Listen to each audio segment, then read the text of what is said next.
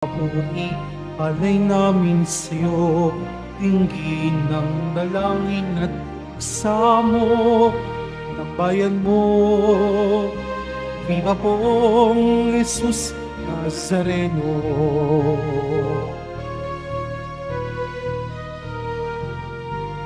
Ihanda ang ating sarili sa pagdating ni Jesus.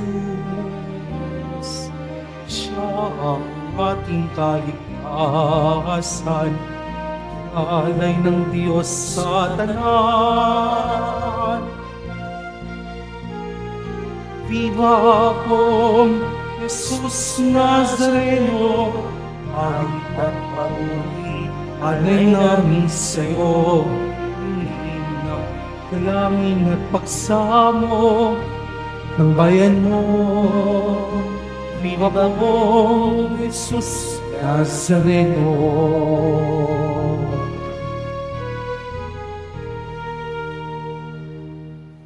Simulan natin ang ating banal na pagdiriwang sa ngalan ng Ama at ng Anak at ng Espiritu Santo. Amen. Ang pagpapala ng ating Panginoong Hesukristo, ang pag-ibig ng Diyos Ama, at ang pakikipagkaisa ng Espiritu Santo naway sumainyong lahat. At sumayo rin.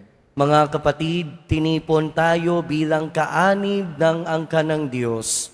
Kaya dumulog tayo sa maawaing Panginoon na nagpapatawad ng lubos. Sinugong tagapagpagaling sa mga nagsisisi, Panginoon, kaawaan mo kami. Panginoon, kaawaan mo kami. Dumating na tagapag-anyayang mga makasalanan ay magsisi, Kristo, kaawaan mo kami. Kristo, kaawaan mo kami. Nakaluklok ka sa kanan ng Diyos Ama para ipamagitan kami.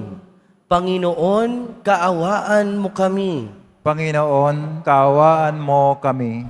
Kaawaan tayo ng makapangyarihang Diyos, patawarin tayo sa ating mga kasalanan at patnubayan tayo sa buhay na walang hanggan. Amen. Manalangin tayo. Ama naming makapangyarihan, ang iyong salitang nananahan sa iyong kaibuturan ay dinala sa sinapupunan ng Birheng Kalinis-linisan noong tanggapin niya ang mabuting balitang hatid ng anghel at siya'y lukuban ng Espiritu Santo bilang iyong tahanan. Katulad ni Maria, matanggap nawa naming mapagkumbaba na sundin ang loob mo sa pamamagitan ni Jesucristo kasama ng Espiritu Santo, magpasawalang hanggan. Amen. Magsipo muna lahat. Pagbasa mula sa aklat ni Propeta Isaías. Noong mga araw na iyon, ipinasabi ng Panginoon kay Akas, Humingi ka sa akin ng palatandaan, maging sa kalaliman ng Sheol o sa kaitaasan ng langit. Sumagot si Akas, Hindi po ako hihingi. Hindi ko susubukin ang Panginoon. Sinabi ni Isaías, Pakinggan mo, sambahayan ni David. Kulang pa ba ang galitin ninyo ang mga tao na pati ang aking Diyos ay inyong niyayamot? Kaya nga't ang Panginoon na rin ang magbibigay ng palatandaan. Maglilihi ang isang dalaga at manganganak ng lalaki, at ito'y tatawaging Emmanuel. Ang salita ng Diyos. Salamat sa Diyos.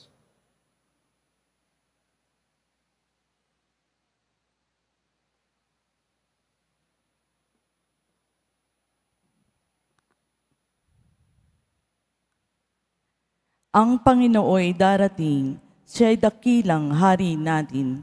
Ang Panginooy darating, siya'y dakilang hari natin. Ang buong daigdig, lahat ng naroon, may-ari ang Diyos, ating Panginoon. Ang mundo'y natayo at yaong sandigay, ilalim ng lupa, tubig kalaliman. Ang Panginooy darating, siya'y dakilang hari natin. Sino ang marapat umahon sa burol? Sa burol ng puon, sino ngang aahon? Sinong papayagang pumasok sa templo? Sinong tutulutang pumasok na tao? Siya na malinis ang isip at buhay, na hindi sumamba sa Diyos-Diyosan, tapat sa pangako na binibitiwan. Ang Panginooy darating, siya'y dakilang hari natin. Ang Panginoong Diyos, pagpapalain siya, ililigtas siya at pawawalang sala. Gayon ang sinumang lumalapit sa Diyos. Silang lumalapit sa Diyos ni Jacob.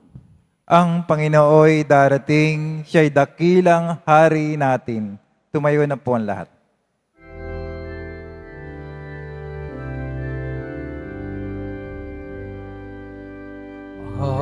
Hallelujah, Hallelujah, Hallelujah,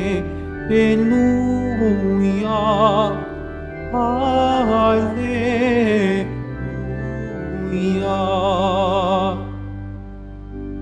Halina, susi ni David, binubuksan mo ang langit upang kami ay masagip. Hallelujah, Hallelujah, Hallelujah, Hallelujah.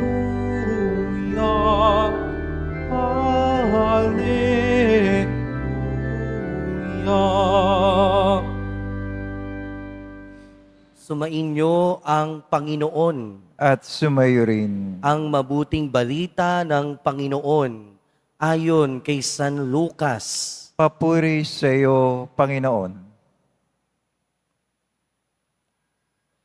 Nang ika-6 na buwan na ng pagdadalang tao ni Elizabeth, ang Anghel Gabriel ay sinugo ng Diyos sa Nazaret, Galilea, sa isang dalaga na ang pangalay Maria. Siya'y nakatakdang ikasal kay Jose, isang lalaki buhat sa lipi ni Haring David. Paglapit ng anghel sa kinaroroonan ng dalaga, binati niya ito, "Matuwa ka, ikaw ay kalugod-lugod sa Diyos," wika niya. "Sumasa iyo ang Panginoon." Nagulumihanan si Maria sa gayong pangungusap at inisip niyang mabuti kung ano ang kahulugan niyon. Kaya't sinabi sa kanya ng anghel, "Huwag kang matakot, Maria, sapagkat kinalulugdan ka ng Diyos. Makinig ka, ikaw ay maglilihi at manganganak ng isang lalaki, at siya'y tatawagin mong Jesus. Magiging dakila siya at tatawaging anak ng kataas-taasan. Ibibigay sa kanya ang trono ng kanyang amang si David. Maghahari siya sa angkan ni Jacob magpakailanman, at ang kanyang paghahari ay walang hanggan." "Paanong mangyayari ito gayong ako'y dalaga?" tanong ni Maria. Sumagot ang anghel, "Bababa sa iyo ang Espiritu Santo at lililiman ka ng kapangyarihan ng kataas-taasan. Kaya't banal ang ipanganganak mo at tatawaging anak ng Diyos. Natatandaan mo ang iyong kamag-anak na si Elizabeth. Alam ng lahat na siya'y baog, ngunit naglihi sa kabila ng kanyang katandaan. at ngayon ika-6 na buwan na ng kanyang pagdadalang tao, sapagkat walang hindi mapangyayari ang Diyos.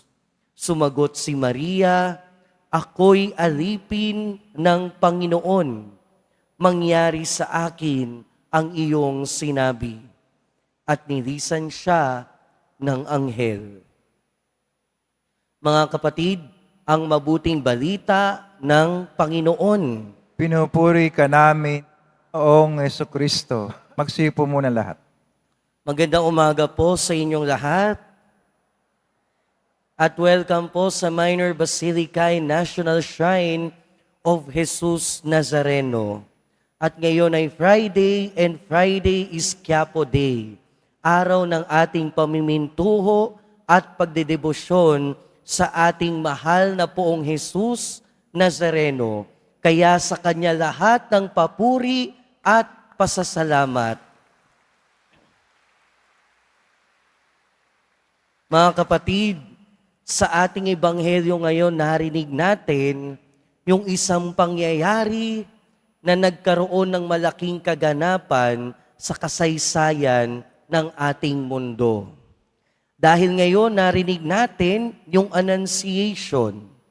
At sinabi dito ni Maria, ako'y alipin ng Panginoon, mangyari sa akin ang iyong sinabi. Dito narinig natin kung paanong nagdesisyon, kung paanong pinili ni Maria na sundin ang kalooban ng Ama para siya ay maging ina ng ating Panginoong Hesukristo. At dahil sa kanyang pagsunod sa kalooban ng Diyos, pumasok ang kaligtasan. Pumasok sa masalimuot na mundo ng mga tao ang salita ng Diyos. Nagsimula na ang pagkakatawang tao ng ating Panginoon. Nagsimula na ring pumasok ang kaligtasan para sa ating lahat. Ganon kalaki yung naging halaga at papel ng mahal na Birheng Maria, hindi lang sa buhay ng ating Panginoong Jesucristo, kundi sa buhay nating lahat ng mga Kristiyano. At siguro ito yung unang bagay na pwede nating mapagnilayan sa buhay ni Maria. Sa buhay natin, may mga desisyon tayo na kapag ginawa natin, maapektuhan ang ating buong buhay. Nakita natin yan na nung nagdesisyon si Maria na sundin ang kalooban ng Diyos, hindi lang buhay niya ang naapektuhan, kundi ang buhay ng buong daigdig. Ganon din naman, pinapakita sa atin ni Maria na kapag tayo nagbibigay ng ating desisyon, dapat laging kasama ang kalooban ng Diyos. Sana laging nangunguna ang Diyos. Dahil kapag tayo nagdesisyon na nauuna ang Panginoon, hindi tayo magkakamali. Hindi tayo mabibigo. Narinig natin na gulumihanan si Maria sa sinasabi ng anghel. Pero sa kanyang kababaang loob at pananampalataya, tinanggap niya ang kalooban ng Diyos at binigay niya ang kanyang oo sa kalooban ng Diyos. At lahat tayo nakinabang. Lahat tayo nagkaroon ng kaligtasan. Kaya pinapakita sa atin ni Mama Mary na kapag tayo nagbibigay ng oo sa kahit na anong desisyon, lagi nating isaalang-alang ang Panginoon. Pangalawa, sa mga sandaling ito sa ating ebanghelyo, nagsimula ng dalhin ni Mama Mary ang ating Panginoon sa kanyang sinapupunan. Pero higit pa sa kanyang pagdadalang tao sa ating Panginoong Jesucristo, higit pa sa kanyang pagdadala sa kanyang sinapupunan ng ating Panginoong Jesucristo, ay dinala niya ang ating Panginoon, ang ating Poong Jesus Nazareno, sa buo niyang buhay at sa buo niyang pagkatao. Kaya nga wala ding ibang naibigay si Mama Mary sa ating lahat, kundi ang kanyang mahal na anak. Dahil kung ano yung nadala natin, kung ano yung nasa kalooban natin, kahit hindi natin mamalayan, yan din yung ibibigay natin sa ating kapwa. Kaya kung paanong dinala natin o kung paanong dinala ng mahal na Birheng Maria sa kanyang buhay, sa kanyang puso, ang ating Panginoong Hesukristo, ganun din naman yung paanyaya sa atin. Dalhin natin sa ating buhay ang ating Panginoon. Kaya lang, minsan, kung di man madalas, ang daladala natin, yung mga pagkakasala natin. Minsan naman yung daladala natin, yung mga galit natin sa buhay. Minsan yung daladala natin, puro problema. At kung gano'n yung daladala natin, anong ibibigay natin sa ating kapwa? Kung puno ng galit yung ating kalooban, ang maibibigay natin sa ating kapwa ay galit din. Kung yung daladala lang natin ay puro problema, ang ibibigay natin sa kapwa natin, problema din. At kung yung daladala natin ay yung inis natin sa mundo, ang ibibigay natin sa kapwa natin, puro kainisan din. Pero pinapakita sa atin ngayon ng mahal na Birheng Maria na kung paano niyang dinala ang ating Panginoon, yun din yung binigay niya sa ating lahat. Kaya kung papaanong dinala niya ang ating Panginoon, ganun din naman. Dalhin natin sa ating puso, dalhin natin sa ating isip, dalhin natin sa ating buhay ang ating Poong Jesus Nazareno. Nang sa gayon, kung ang ating Panginoon ang daladala natin, wala din tayong ibang maibabahagi sa ating kapwa, kundi ang ating Panginoon. Amen. Tumayo na po ang lahat.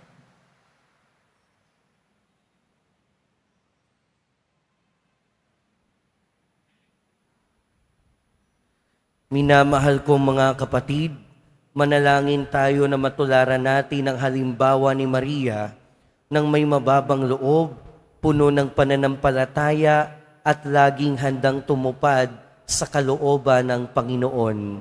Sa bawat panalangin ang ating itutugon, sa pamamagitan ni Maria, dinggin mo kami. Sa pamamagitan ni Maria, dinggin mo kami. Bilang bayan ng Diyos, tayo naway sumulong sa ating paglalakbay sa pananampalataya sa ilalim ng paggabay at pagtuturo ng ating kaparian. Manalangin tayo. Sa pamamagitan ni Maria, dinggin mo kami. Ang mga pinuno ng ating pamahalaan naway gumawa ng lahat ng paraan upang maitaguyod ang kapayapaan at pangalagaan ang kapakanan ng kanilang mga nasasakupan. Manalangin tayo. Sa pamamagitan ni Maria, dinggin mo kami. Ang mga lalaki at babaeng nagtalaga ng kanilang sarili sa Panginoon, naway maging tunay na saksi sa kaharian ng Diyos sa pamamagitan ng pagiging tapat sa kanilang pangako. Manalangin tayo. Sa pamamagitan ni Maria, dinggin mo kami. Ang mga kabataan naway maging tapat sa kanilang pananampalataya, bukas palad sa kanilang pagmamahal at matatag sa kanilang hangarin. Manalangin tayo. Sa pamamagitan ni Maria, dinggin mo kami. Ang mga namayapang tumugon sa tawag ng Diyos naway makabahagi sa kagalakan ng hapag ng Panginoon. Manalangin tayo. Sa pamamagitan ni Maria, dinggin mo kami. Ama, naging tao ang iyong walang hanggang salita nang italaga ng Birheng Maria ang kanyang buhay sa katuparan ng iyong balak. Matularan nawa namin ang kanyang halimbawa sa paghahanda para sa pagdating ni Jesus na iyong anak at aming Panginoon. Amen. Magsipo muna ang lahat.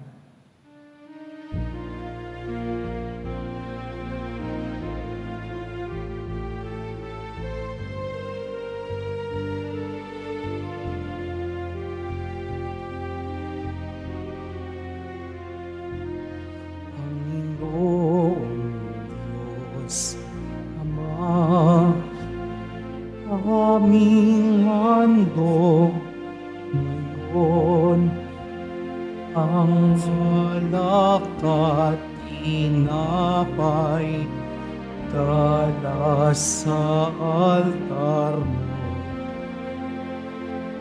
Ipuso namin isip tinataas sa'yo habang naghihintay kami kay Kristong darating.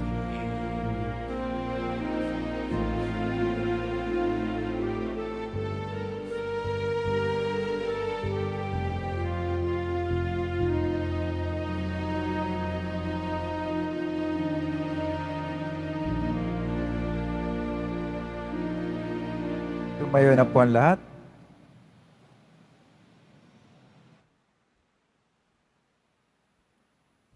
Manalangin kayo mga kapatid upang ang paghahain natin ay kalugdan ng Diyos amang makapangyarihan. Tanggapin nawa ng Panginoon itong paghahain sa iyong mga kamay, sa kapuri niya at karangalan, sa ating kapakinabangan at sa buong sambayanang banal. Ama naming lumikha, itangi mo ang paghahain ito upang ang mga nagdiriwang ay magkasalo-salo sa sinasampalatayanang dapat na asahan sa darating mong anak na aming hinihintay, sapagkat siya ang namamagitan kasama ng Espiritu Santo, magpasawalang hanggan. Amen. Sumainyo ang Panginoon. At sumayo rin. Itaas sa Diyos ang inyong puso at diwa. Tinaas na namin sa Panginoon. Pasalamatan natin ang Panginoong ating Diyos. Marapat na siya ay pasalamatan. Ama naming makapangyarihan, tunay ngang marapat na ikaw ay aming pasalamatan sa pamamagitan ni Jesucristo na aming Panginoon. Ang pagsusugo mo sa Kanya ay ipinahayag ng lahat ng mga propeta. Ang pagsilang niya ay pinanabikan ng mahal na Birheng Kanyang inang tunay sa kapangyarihan ng Espiritong Banal.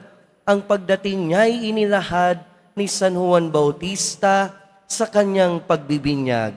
Ngayong pinaghahandaan namin ang maligayang araw ng kanyang pagsilang, kami nananabik at nananalangin lubos na makaharap sa kanyang kadakilaan.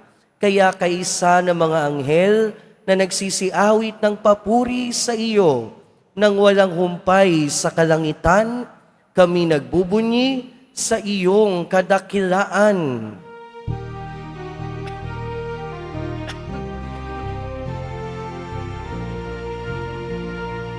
Santo, Santo, Santo, Panginoong Diyos ng mga upo.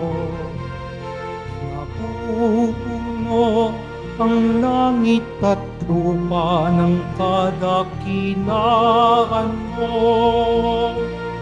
Hosana, Hosana, sa kaitaasan.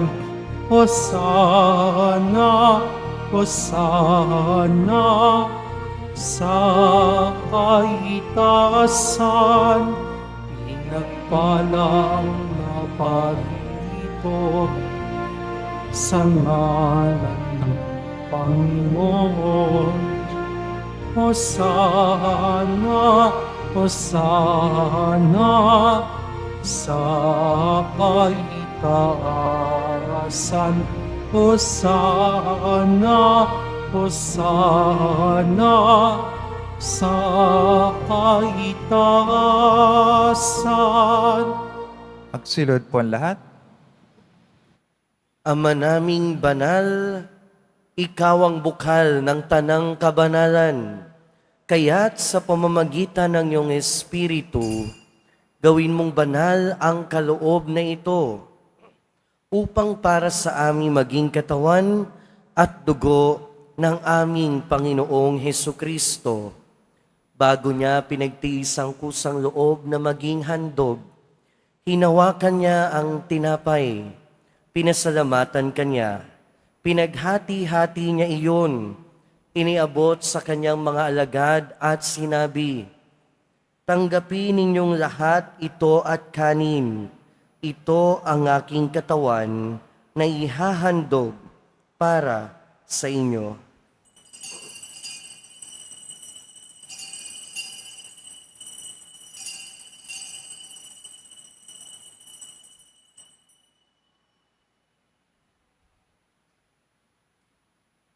Gayun din naman noong matapos ang hapunan, hinawakan niya ang kalis, muli kanyang pinasalamatan. Iniabot niya ang kalis sa kanyang mga alagad at sinabi, "Tanggapin ninyong lahat ito at inumin. Ito ang kalis ng aking dugo, ng bago at walang hanggang tipan.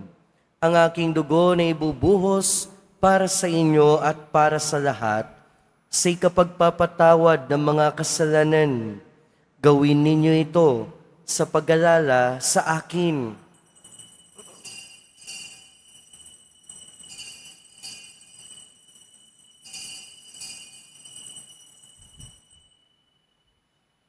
Tumayo na po ang lahat.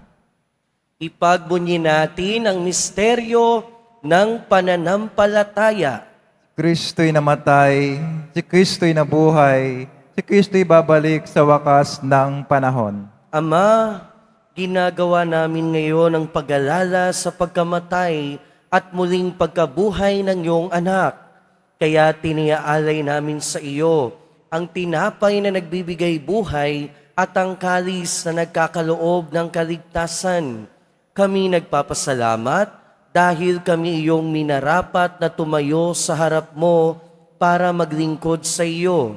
Isinasamo namin kaming magsasalo-salo sa katawan at dugo ni Kristo ay mabuklod sa pagkakaisa sa pamamagitan ng Espiritu Santo.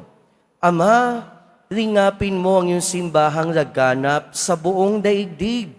Puspusin mo kami sa pag-ibig kay San Francisco na aming Santo Papa at ni Jose na aming Obispo at ng Tanang Kaparian. Alalahanin mo rin ang mga kapatid naming nahimlay nang may pag-asang sila'y muling mabubuhay, gayon din ang lahat ng mga pumanaw. Kaawaan mo sila at patuloyin sa iyong kaliwanagan. Kaawaan mo at pagindapating kaming lahat na makasalo sa iyong buhay na walang wakas, kaysa ng mahal na Birheng Maria na Ina ng Diyos, ng kabiyak ng puso niya si San Jose, kaysa ng mga apostol ni San Juan Bautista at ng lahat ng mga banal na namuhay dito sa daigdig ng kalugod-lugod sa iyo.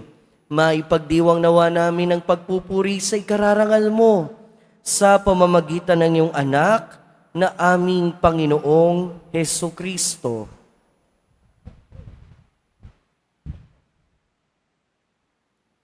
Sa pamamagitan ni Kristo, kasama niya at sa Kanya, ang lahat ng parangal at papuri ay sa iyo, Diyos Amang makapangyarihan, kasama ng Espiritu Santo, magpasawalang hanggan. Amen. Amen. Amen. Sa tagubilin ng mga nakagagaling na utos at turo ni Jesus na Panginoon natin at Diyos, ipahayag natin ng lakas loob.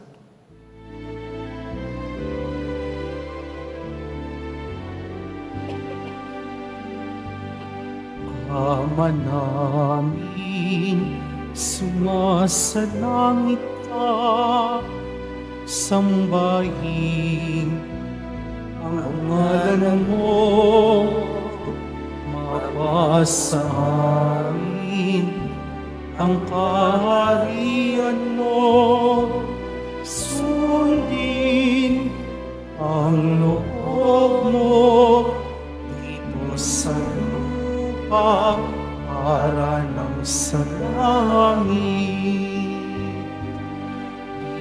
Bigyan mo kami ngayon ng aming kakanin sa araw-araw. At pagtawarin mo kami sa aming mga sala, para ng pagpapatawad namin sa nagkakasala sa amin. At wag mo kaming ipaintulot sa tukso, at iadya mo kami sa lahat ng masama. Hinihiling namin kami adya sa lahat ng masama, pagkalooban ng kapayapaan araw-araw, iligtas sa kasalanan at ilayo sa lahat ng kapahamakan, samantalang aming pinananabikan ang dakilang araw ng pagpapahayag ng tagapagligtas naming si Hesukristo. Sapagkat iyo ang kaharian at ang kapangyarihan, ang kapurihan magpakailanman. Amen. Panginoong Hesukristo, sinabi mo sa iyong mga apostol, kapayapaan ang iniiwan ko sa inyo. Ang aking kapayapaan ang binibigay ko sa inyo. Tunghayan mo ang aming pananampalataya at huwag ang aming pagkakasala. Pagkalooban mo kami ng kapayapaan at pagkakaisa ayon sa iyong kalooban, kasama ng Espiritu Santo, magpasawalang hanggan. Amen. Ang kapayapaan ng Panginoon ay laging sumainyo. At sumayo rin. Magbigayan tayo ng kapayapaan sa isa't isa. Peace be with you po. Kordero ng Diyos na nag-aalis ng mga kasalanan ng sanlibutan, maawa ka sa amin. Kordero ng Diyos na nag-aalis ng mga kasalanan ng sanlibutan, maawa ka sa amin. Kordero ng Diyos na nag-aalis ng mga kasalanan ng sanlibutan, ipagkaloob sa amin ang kapayapaan. Magsilod po ang lahat.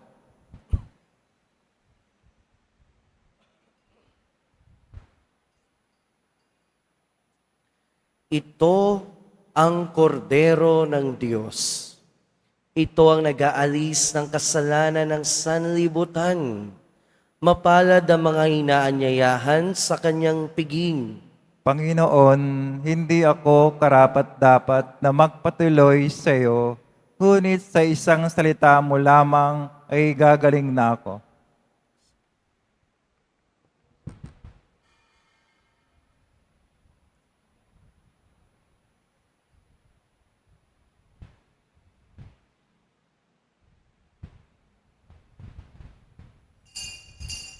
Para sa lahat ng tatanggap ng banal na komunyon, sasagot po tayo ng Amen. Pagkasabi ng pare o ng lay minister ng katawan ni Kristo at isubo agad sa bibig bago umalis sa harapan ng pare o lay minister. Sumunod po tayo.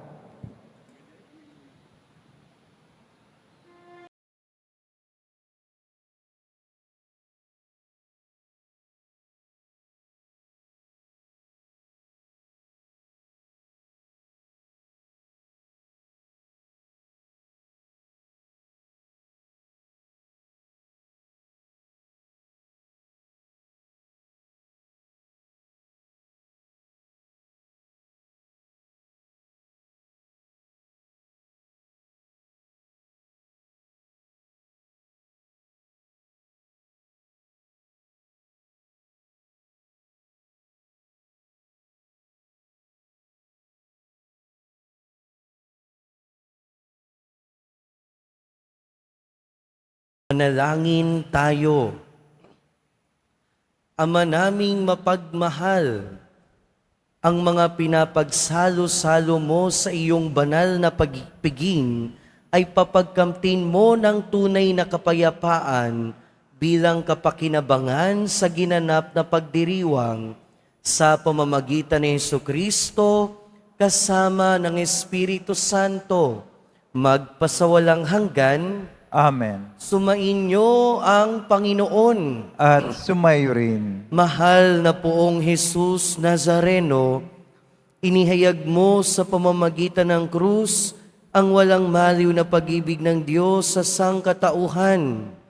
Pakinggan mo ang kahilingan, lalo na para sa mga nangangailangan ng iyong tulong at awa. Makamtanawa namin ang iyong kasagutan na may utang na loob na tinatanaw.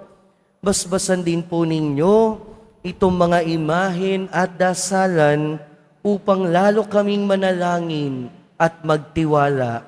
Sa pamamagitan ng bendisyon na ito, naway lalo kaming maging mapaglingkod, masunurin at tapat sa iyo na aming maluwalhating Panginoon, magpasawalang hanggan. Amen. At pagpalain kayo ng makapangyarihan at mahabaging Diyos, Ama, Anak, at Espiritu Santo. Amen. Humayo kayong taglayang kapayapaan ng Poong Jesus Nazareno. Salamat sa Diyos.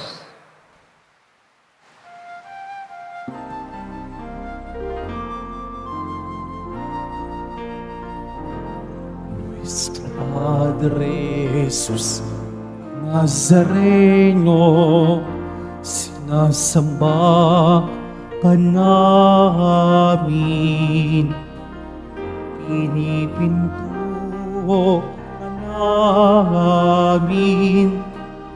Aral mo ang aming buhay at kaligtasan. Nuestro Padre Jesus Nazareno, iligtas mo kami sa kasalanan. Ang krus mong pinamatayan ay sagisag ng aming kaligtasan. Nuestro Padre Jesus Nazareno, dinarangal ka namin. Nuestro Padre Jesus Nazareno, inuwalhati ka namin. Nuestro Padre Jesus Nazareno, dinarangal ka namin. Nuestro Padre Jesus Nazareno, inuwalhati